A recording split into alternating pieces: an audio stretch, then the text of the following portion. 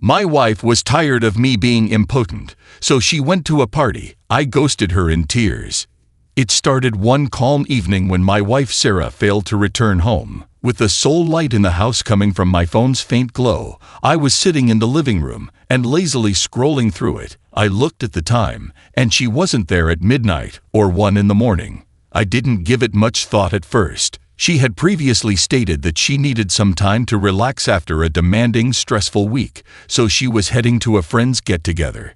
I trusted Sarah because she's always been the kind who liked being around people. She had expressed her need for a vacation. She had said, "I'm just feeling a little overwhelmed," and put on her blue dress, the outfit she wore when she felt most confident. "I'm going to return later. Don't hold out for me."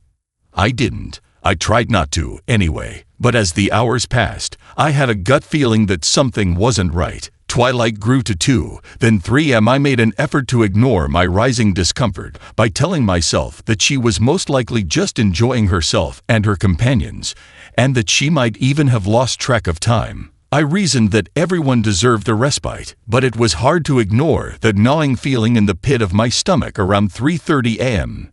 I texted her, "Where are you, Sarah?" I gazed at the screen, anticipating the delivery of the message and looking for the 3 tiny dots that would signal her composing a response. But I was met with silence. When I tried to call, the call went directly to voicemail. I thought maybe her phone died. However, I knew better in my heart. My instinct told me there was a problem. It was the kind of feeling that encircles your chest and won't go away, a subdued fear. My worry escalated to frustration by 4 a.m. How could she be out this late without even bothering to check in? The hours passed slowly, and I lost all prospect of getting any sleep as daylight came. I paced the living room, mentally going over our previous exchange. She had been aloof lately, saying again how worn out she was and how she needed time to herself. But why had she not returned home? Was I the target of this? What issues I have? That was a term I detested, especially the way she pronounced it. A few weeks prior, following yet another dispute, she had declared, "James, I'm tired of dealing with your issues." The words seemed to be meant to cut deep. She was aware that I wasn't the only one having issues, though. My problems. Sarah meant the pressure in our marriage, the unsolved disagreements, and the times when we grew away when she mentioned my issues. To be fair, there had been one big altercation that overshadowed everything. A miscommunication that got out of hand. Nothing had been quite the same since that day. Not that I didn't make an effort. Yes, I did. I tried to solve it and make things right for months.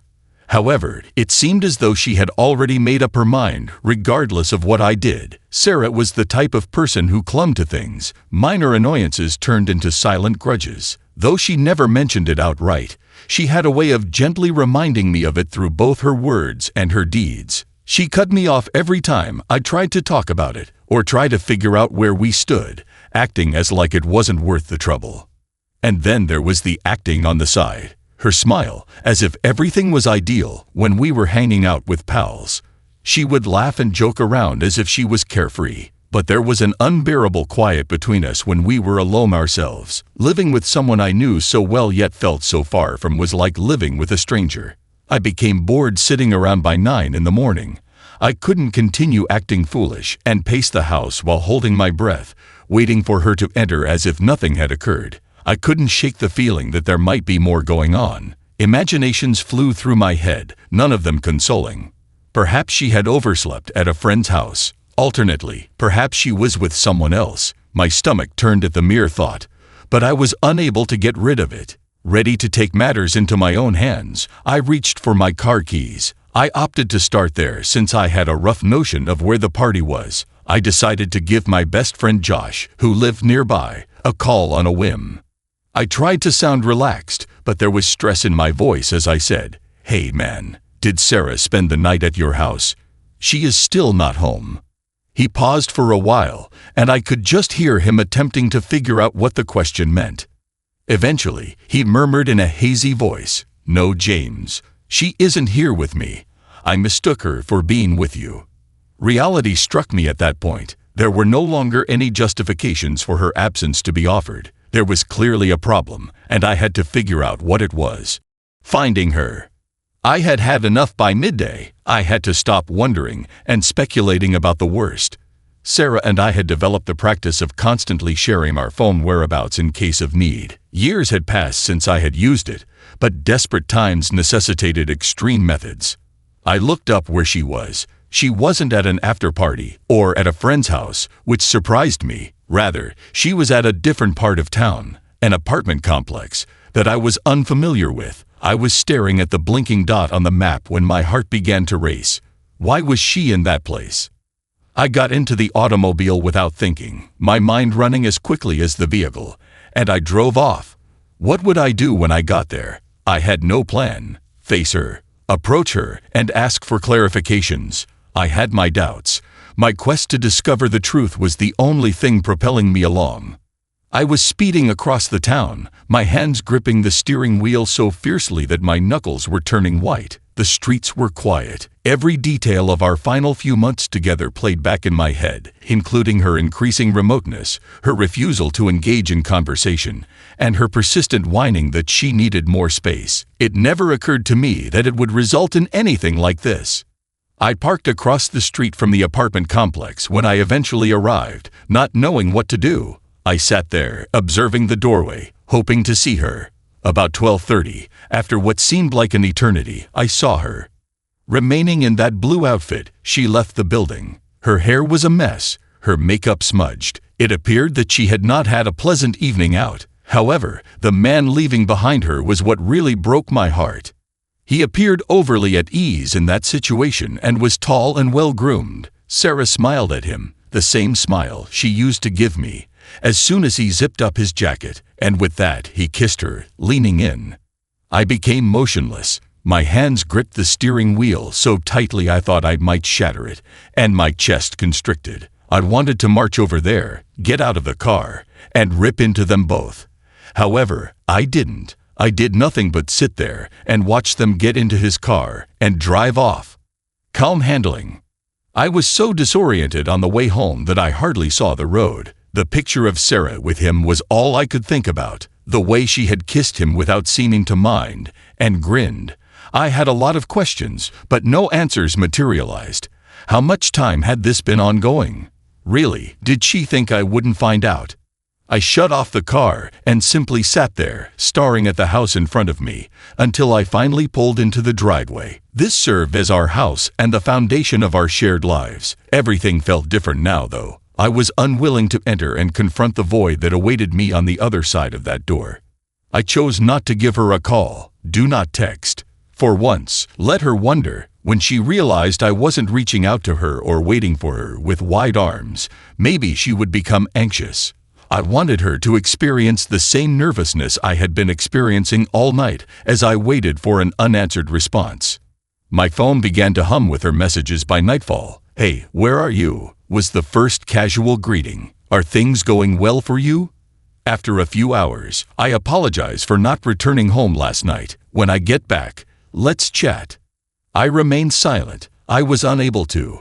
I could not help but notice how she had looked at him, and how carelessly she had kissed him each time I glanced at my phone. She could barely pretend that anything had happened, as though it were just another night out. I heard her car pull up outside early the following morning. I heard her footsteps at the front entrance, and my heart leaped. Her voice was muffled through the door when she knocked. "Please open the door, James. I apologize. We must have a conversation." I wasn't prepared. However, I was aware that I couldn't stay away from her indefinitely. I moved the door open after getting up from the sofa. Hardly enough to make out her presence. It appeared as though she had not slept at all. Her eyes were red from sobbing, and her hair was still untidy, but I felt irritated instead, being sorry for her. What should I explain? I moved aside to let her in and asked in a chilly manner. Her apologies. Sarah began speaking as soon as she entered. Her hands trembled, and her voice faltered as she searched for the appropriate words. "James, it's not what you think," she said, tears welling up in her eyes. I nearly chuckled. How many times have I seen or heard that line in TV series or movies? Not what I think. It seemed strange, as if I was seeing the unfolding of another person's life. I said it again, sarcasm seeping into my voice. So you didn't leave the flat this morning with another guy. You failed to kiss him. Her mouth opened, but nothing came out. She just stood there, staring at me like she was in disbelief, as if she hadn't expected me to know. Finally, she spoke. All right, so I was inebriated. Her voice hardly raised above a whisper as she spoke. My thinking was distorted. That was not anticipated to occur. Intoxicated? I said, raising my voice in shock. It's your justification. You spent the night with some guy because you were intoxicated.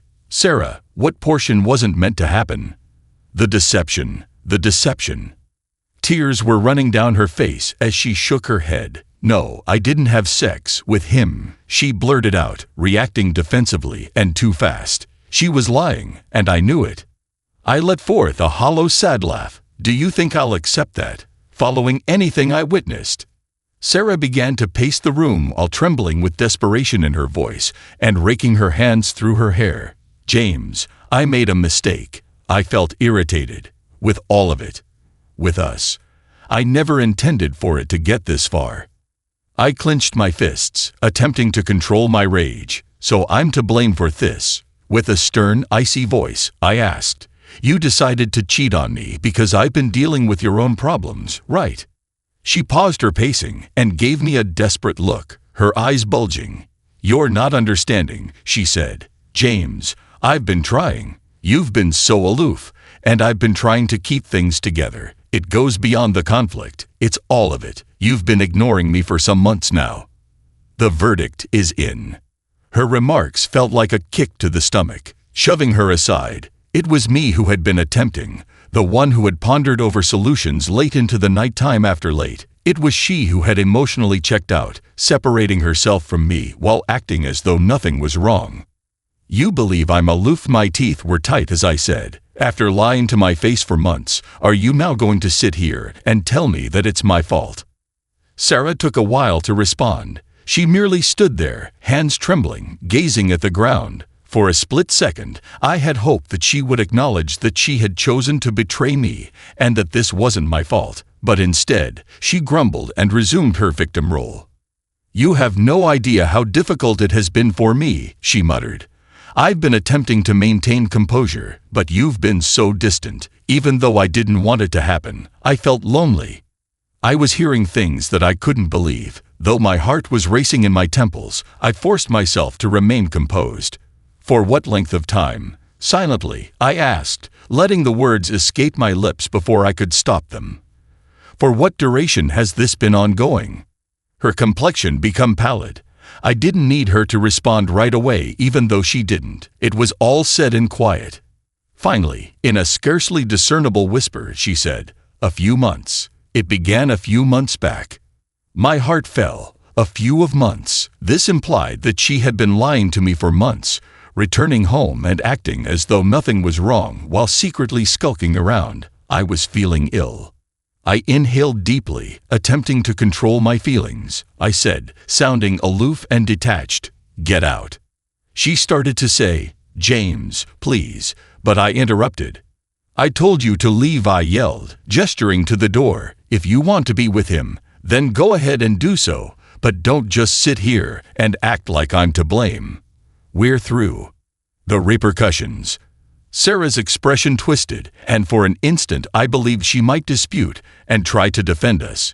Instead, defeated, she merely nodded. She dropped her shoulders, picked up her purse, and walked out without saying anything else.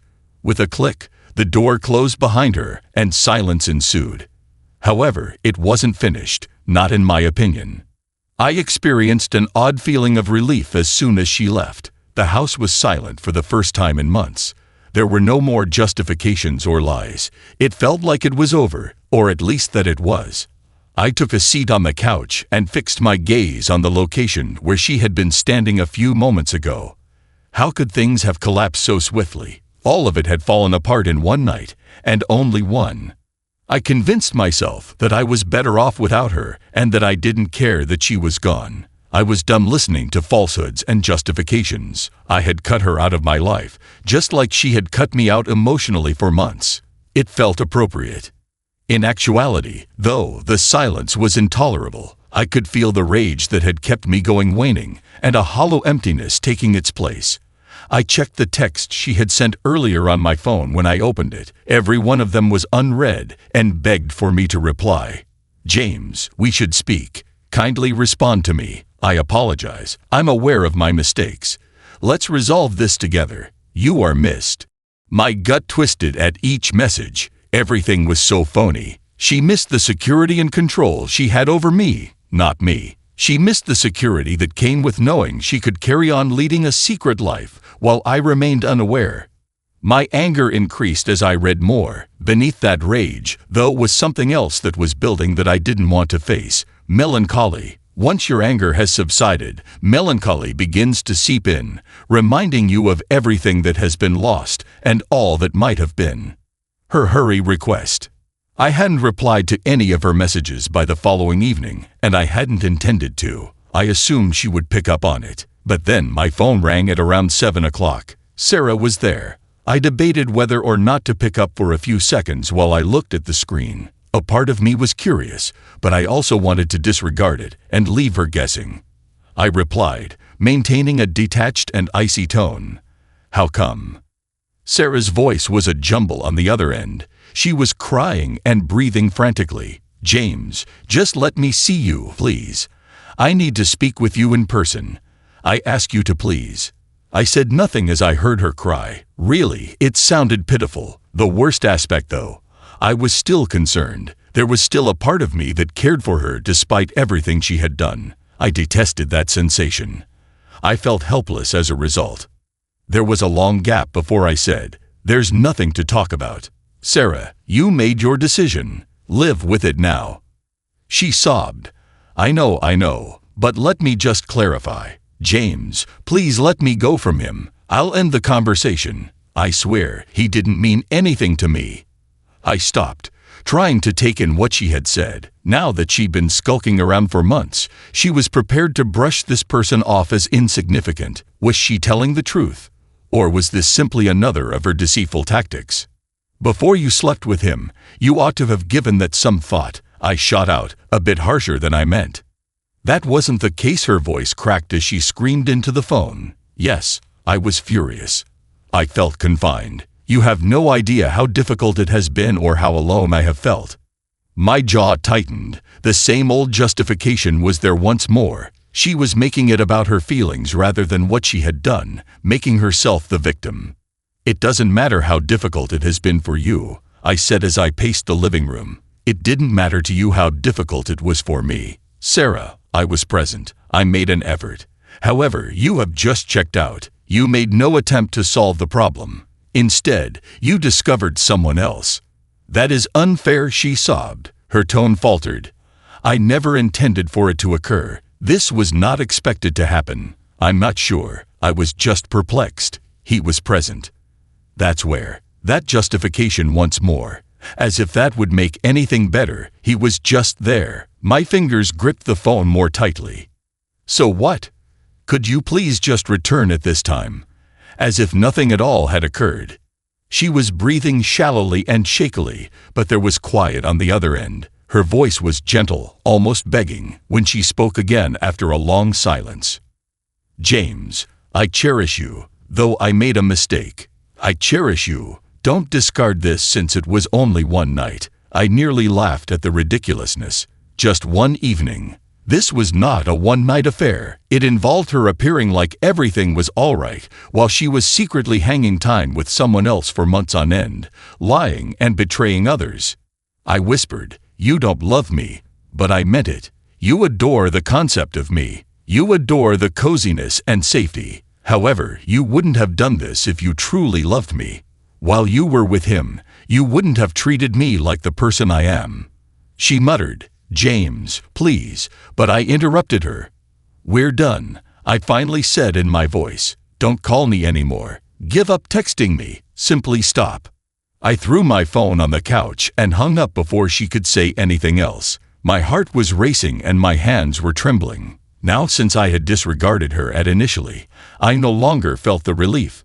I was only aware of the weight of reality striking me. Yes, I was free, but it didn't feel as nice as I had anticipated. It left me feeling empty, as though something had been wrenched from me and left behind in an intolerable void. The quiet following the storm. With the sound of silence resonating in my ears, I stood in the vacant living room. This is the part no one speaks about, the part when you're left standing in the ruins, wondering whether things could have turned out differently, even after you've made the correct choice.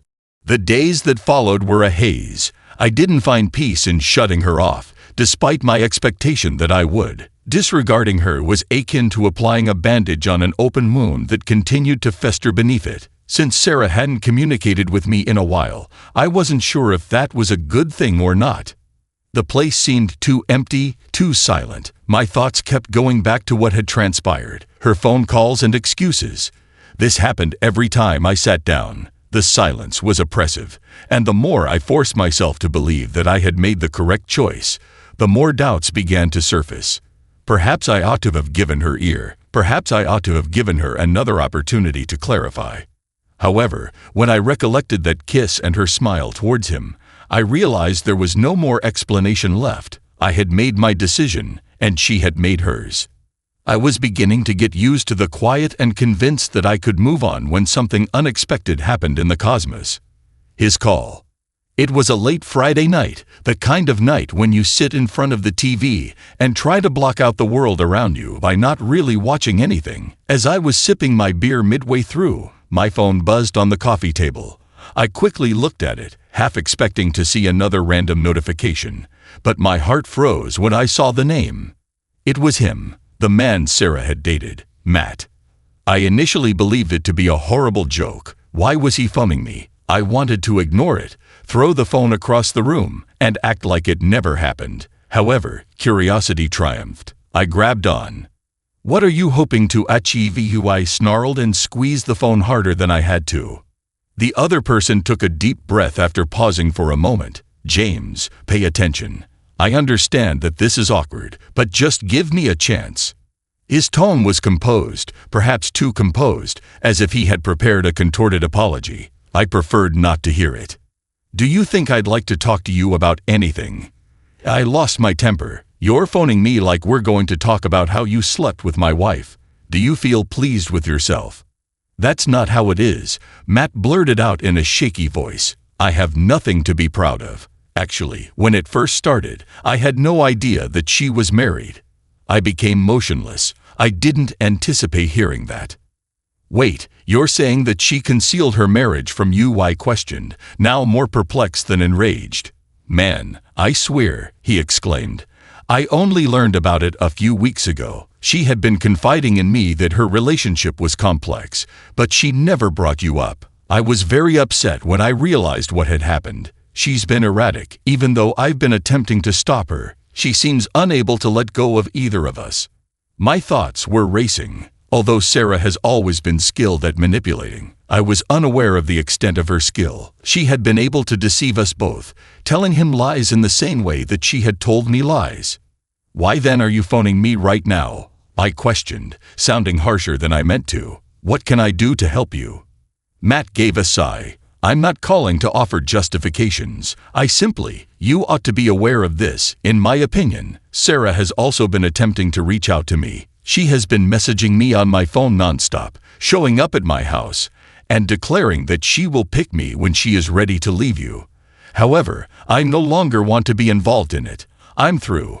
I don't want to become involved in her chaos." Gazing at the ground, my thoughts were racing. This was just too much, too clumsy and ridiculous. After all of her crying and begging for forgiveness with me, Sarah was still attempting to crawl back to him. "You're telling me that even though she's attempting to make amends with me, she's still after you?" With a sour tone, I questioned. "Yes," Matt replied. "I believe that you ought to be aware. I genuinely apologize for everything, man. However, Sarah is playing both sides, and I don't think she will quit. It's best to break things off with her. She is poisonous." Hazardous. That word really got to me. Matt was right. As much as I hated to say it, Sarah had devolved into a wild force that destroyed everything in her path. Even the man she was having an affair with suddenly wanted no contact with her. After a time, I remarked in a quiet but forceful voice, I'm done with her, and you ought to be as well. Allow her to ruin herself on her own." "I've already done so," Matt muttered. "James, look after yourself. Someone like her pulling you down is not something you need." I hung up without saying anything else. With everything I had just learnt, my mind was racing and my hands were shaking. Not only was Sarah attempting to save her marriage, but she was also attempting to hold on to both of us, using us as some kind of deranged fallback for her deranged sense of security. I felt ill from it. The last farewell. I awoke the following morning feeling enlightened once again. My eyes were open to something I hadn't quite understood until Matt's call. Sarah wasn't going to give up. Until she had him, or both of us, she was not going to give up. She was the type of person who found it difficult to let go. As long as she achieved her goals, she didn't care who she injured. I wasn't going to let her win, though, this time. I took up my phone and sent her a text message that was succinct and decisive. "We're done. I'm going to speak with a lawyer. Remain away from the house. I want no more to see you." Nothing to explain. Not up for debate. Simply the facts. I blocked her number, pushed send, and leaned back as an odd sensation of peace washed over me. It seemed as though the last few months' weight had finally dropped. The games were ended, and I was winning this time. I believed that breaking up with her would be the last thing I needed to do in order to get the peace I was seeking. However, I misjudged Sarah. She wasn't the kind to accept rejection. There was a momentary silence that night, like the eye of a storm, after I sent her the message. I thought the worst was over and felt at ease for the first time in weeks. However, I was mistaken.